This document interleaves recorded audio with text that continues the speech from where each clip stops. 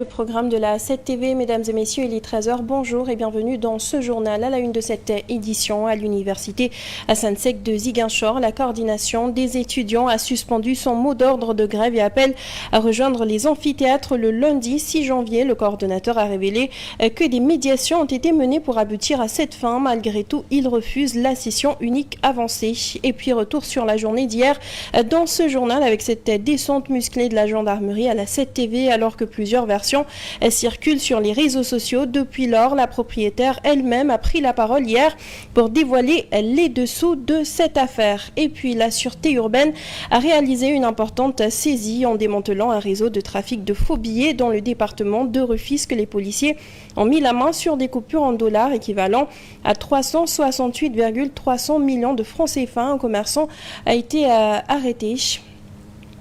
Voilà tout pour l'essentiel des titres. Le développement, c'est tout de suite.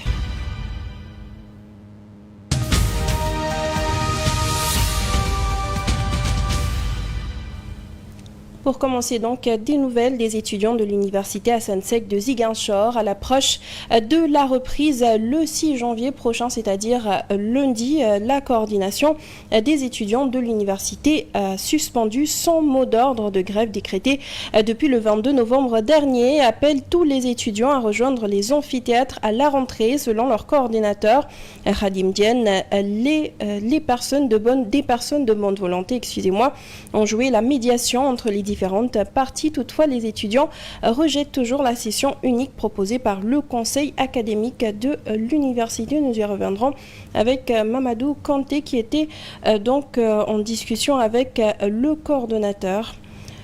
En attendant, nous prenons la direction de l'hémicycle moins d'une semaine après la déclaration de politique générale du Premier ministre. Le député Abdoumbo a adressé une question écrite au ministre des Finances et du Budget pour demander des explications sur les décrets d'avance autorisant notamment un engagement et l'ouverture d'un crédit de paiement de plus de 848 millions de francs CFA. Dans sa requête, Abdoumbo s'est interrogé sur l'utilisation des fonds publics dans le cadre d'un décret d'avance signé le 31 juillet 2024. Le représentant de Takoua, le Sénégal, à l'hémicycle s'est posé des questions sur la légitimité du recours au décret d'avance en rappelant les dispositions prévues par l'article 23 de la loi organique relative à la loi de finances numéro 2020-07. Le député est également revenu sur le financement des élections législatives, non sans dénoncer un prétendu recours à un décret d'avance sans ratification, conforme toujours à l'article 23 de la loi.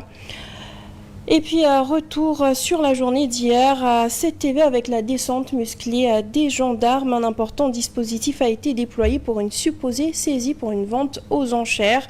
Au final, rien n'a été saisi. La propriétaire de la chaîne, Maïmouna Ndourfaye, dénonce une tentative d'intimidation. Djibril Diallo. C'est une première dans le paysage médiatique sénégalais qu'une simple affaire de saisie mobilise autant de gendarmes.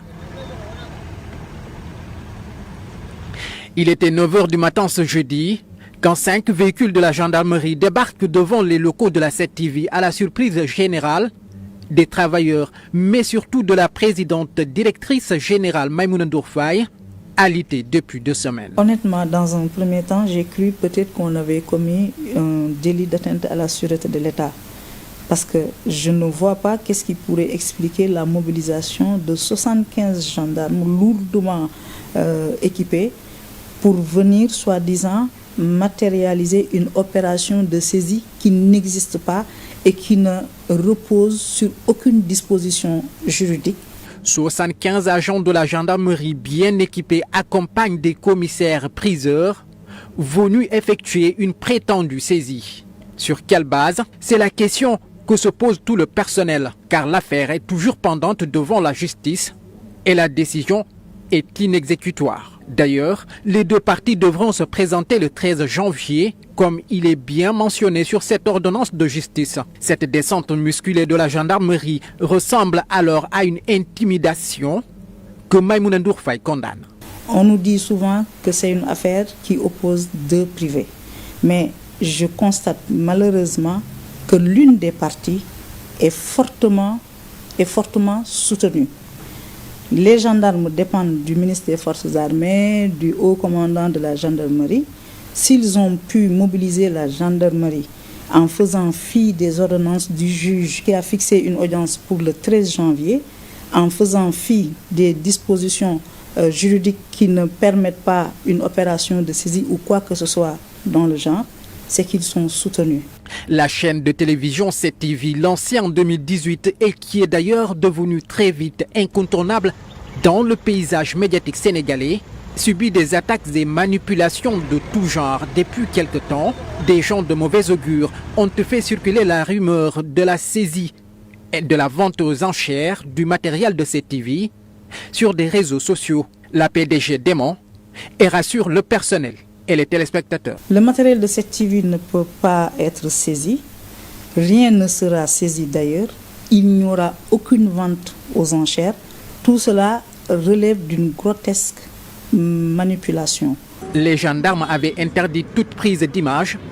Des travailleurs qui en ont pris le risque ont été interpellés et obligés de supprimer les images. Cette escouade de 75 gendarmes lourdement armés est rentrée bredouille. Aucun matériel n'a été saisi. Toutes les spéculations relatives à une saisie et une vente aux enchères du matériel de 7TV relèvent d'une manipulation à grande échelle.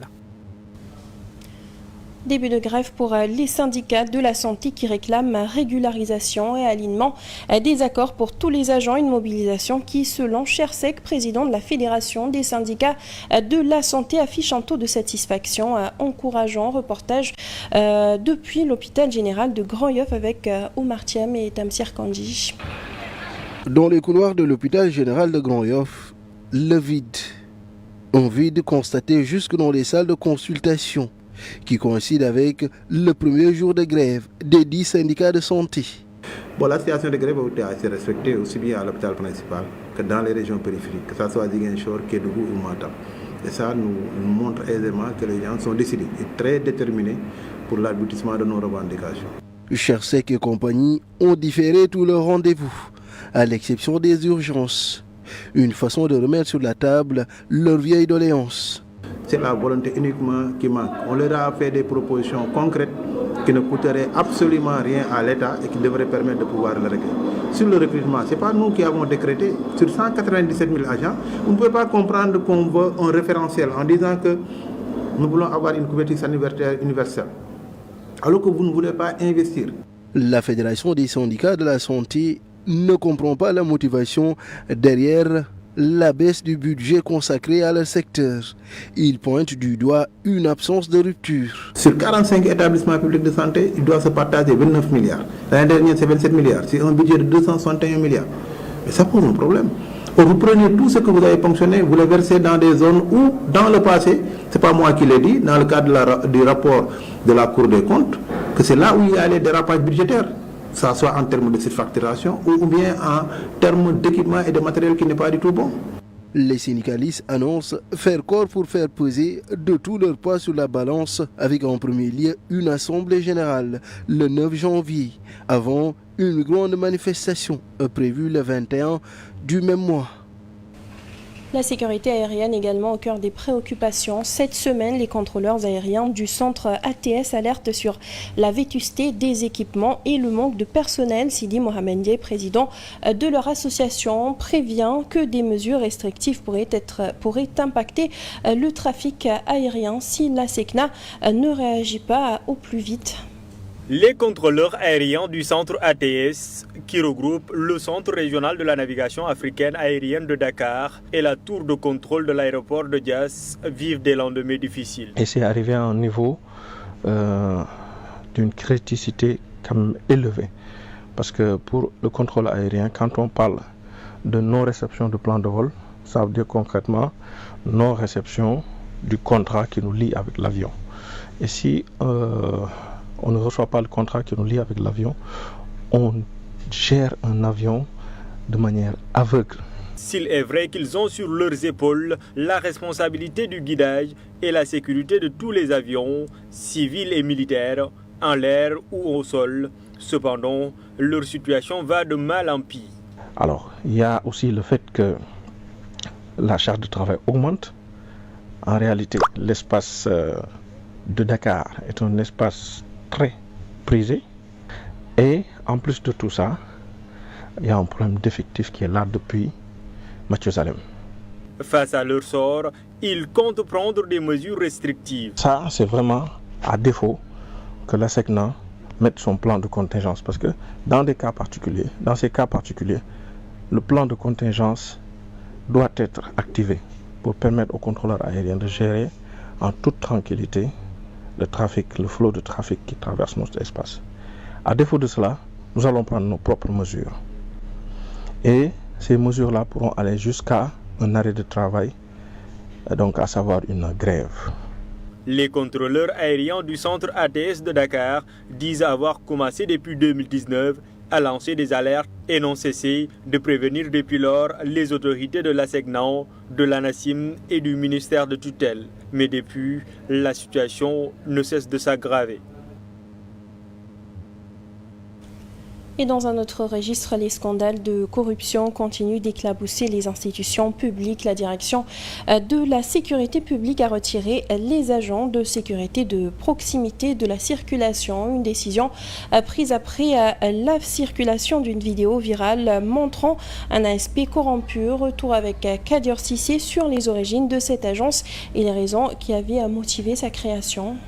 Dans une vidéo virale qui a fait le tour de la toile, on y montre un agent de sécurité de proximité qui remet des documents à un conducteur en échange d'une somme d'argent. La direction générale des ASP avait alors assuré que des mesures appropriées seront prises face à cet acte supposé être de la corruption. La sentence semble tomber, les ASP sont retirés de toutes les missions de régulation de la circulation, de contrôle des véhicules et toute autre activité sur la voie publique. Une décision de la direction de la sécurité publique. Rappelons que l'agence d'assistance à la sécurité de proximité est créée par décret le 5 août 2013. L'agence a comme objectif de participer en relation avec la police et la gendarmerie à la mise en œuvre d'une police sécuritaire de proximité bâti autour de la prévention et du partenariat actif entre l'État, les collectivités locales et les acteurs de la vie sociale.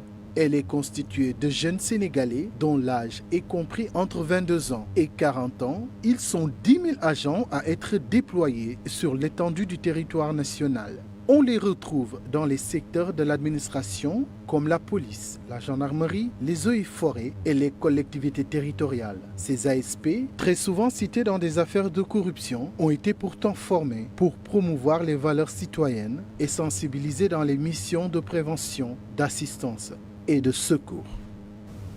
Toujours à propos des ASP, ce retrait de la circulation semble bien accueilli par les usagers de la route. Au rond-point Liberté 6, transporteurs et conducteurs applaudissent la décision, estimant que les ASP ne sont pas formés pour gérer la régulation et le contrôle des véhicules, tâches généralement réservées aux forces de l'ordre.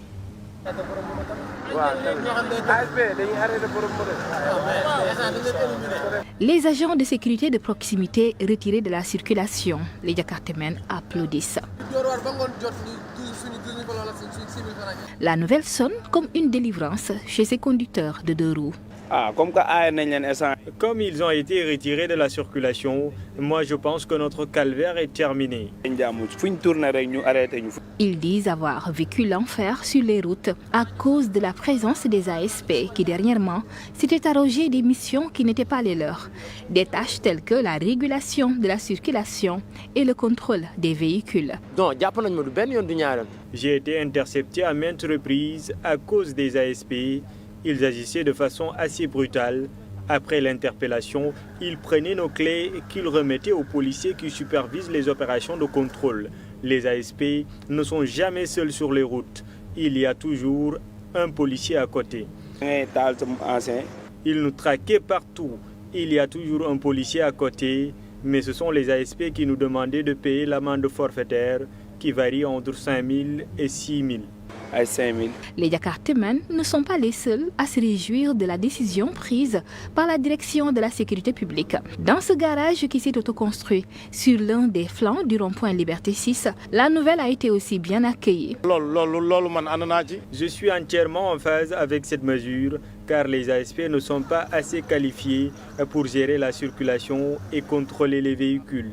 Il y a une façon de parler aux usagers de la route et les ASPI ne maîtrisent pas ces méthodes.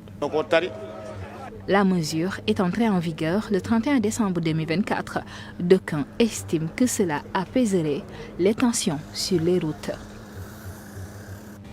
Et puis très rapidement, nous l'annoncions également dans les titres, la sûreté urbaine a réalisé une importante saisie en démantelant un réseau de trafic de faux billets à Kounoune dans le département de Rufisque. Les policiers ont mis la main sur 5800 coupures en dollars équivalent à 368,300 millions de francs CFA. Lors de cette opération, un commerçant a été arrêté. Une perquisition menée à son domicile a permis de découvrir les billets contrefaits en dollars. Les premiers éléments de l'enquête indique que ce dernier opérait au sein d'un réseau structuré impliquant des complices déférés au tribunal de grande instance de Rufisque hier. Le mis en cause est poursuivi pour association de malfaiteurs, tentative de contrefaçon et falsification de signes monétaires ayant cours légal au Sénégal et à l'étranger. Et nous passons tout de suite à la revue de presse.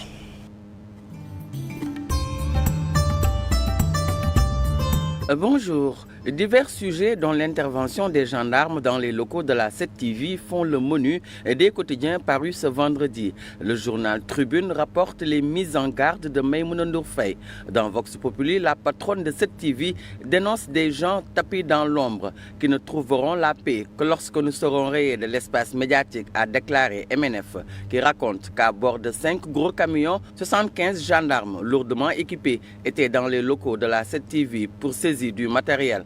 Ils ont intimidé les employés et mis de la pression, a-t-elle raconté. Point A Actu parle aussi de cette saisie annoncée des biens de Troisième Universel. La gendarmerie débarque à 7TV, écrit le journal qui rapporte les propos de Maïmouna Ndour Faye, selon qui c'est le juge qui a stoppé la tentative d'exécuter une ordonnance de 2018. En effet, la directrice générale de 7TV déclare que pour tromper l'opinion, ils ont pris une décision qui date de 2018. Mais dans l'Observateur, on peut lire les propos de Maïmouna Ndour Faye qui rassure, il n'y aura ni saisie ni vente aux enchères. Sur un autre registre, Le Soleil fait savoir qu'à l'université Assane Seck de Ziguinchor, les étudiants reprennent le chemin des amphis lundi. Selon le quotidien national, les étudiants qui, le 22 novembre, ont décrété une grève illimitée pour exiger, entre autres, l'achèvement des chantiers dont les travaux avaient démarré en 2015, sont revenus à de meilleurs sentiments. Ils ont mis fin à leur mouvement d'humeur.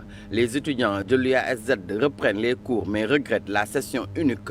Tempère Sud Quotidien. Les étudiants expriment leur satisfaction tout en se disant vigilants, souligne la publication. Pour sa part, le quotidien LAS fait savoir que les acteurs de l'enseignement supérieur vont vers des concertations. Le journal Le Quotidien, quant à lui, met en exergue l'élection pour le poste du premier assesseur à la faculté de médecine de l'UCAD, en annonçant que le professeur Massamba Diouf se retire de la course.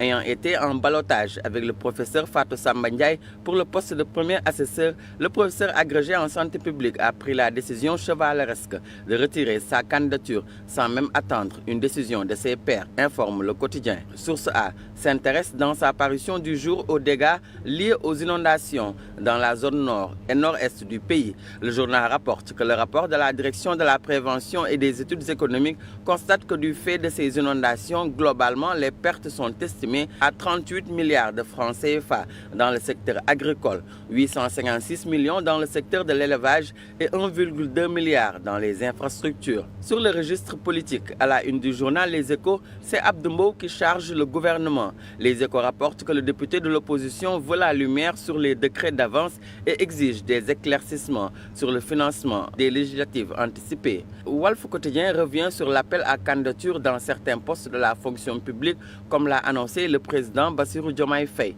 Quel poste à pourvoir, s'interroge Walf Quotidien. Une question légitime, d'autant plus que Pastef a tout pris, selon le journal. Source A revient sur le meurtre de Diary Sow, âgé de 12 ans à Malika. Le présumé tueur est passé aux aveux, selon le journal. Il reconnaît avoir tué Diary Sow par strangulation, mais affirme qu'il était sous l'emprise de la drogue au moment des faits. Devant les enquêteurs, il a nié le viol et ce dernier dit avoir traîné sa victime dans les toilettes, histoire, dit-il, de lui changer les habits qui étaient sales selon lui. C'est tout pour cette revue de presse du jour. Très bonne lecture.